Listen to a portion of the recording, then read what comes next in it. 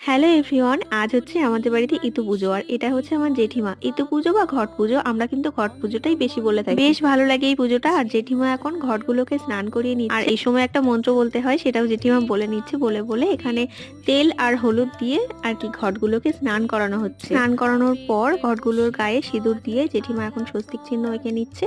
আর ঘটের মুখের কাছটা আর কি 5টা ফোঁটা দেবে। জানো তো, ছোটবেলায় এই পুজোটা আমরা সবাই মিলে একসাথে করতাম। আর লাইন দিয়ে ঘট থাকতো, কি দারুণ লাগতো দেখতে। আগে তো আমি একটা ঘটেই করতাম, আর মা জেঠিমারা তো দুটো ঘটে করে থাকে। বিয়ের পরে এটা আমার দ্বিতীয় বছর পুজো। আমি প্রথম বছরটা শ্বশুর বাড়িতে করেছি। তো এবছর আমার শরীরটা বিশেষ ভালো নেই, তাই জন্য এবছর আর করতে পারলাম না। তো বেশ ভালো লাগে পুজোটা। আর এইসব জোগাড় যন্ত্র করতে তো আরো বেশি ভালো লাগে। তো জেঠিমা এখানে দুটো কচু গাছ নিয়ে আমাকে দেখাচ্ছিল যে কোনটা বসাবো বল। আমি বললাম যে বড়টাই দাও, দেখতে ভালো লাগবে। তো কলা গাছ, কচু গাছ, এইসব গাছগাছালি নিয়েই আর কি পুজোটা মেন হয়ে থাকে, তার জন্য বেশ সুন্দর লাগে। জেঠিমা পুরোটা কমপ্লিট করে সাজিয়ে নিক, আমি আবার তোমাদের সাথে শেয়ার করব। Stay tuned, by.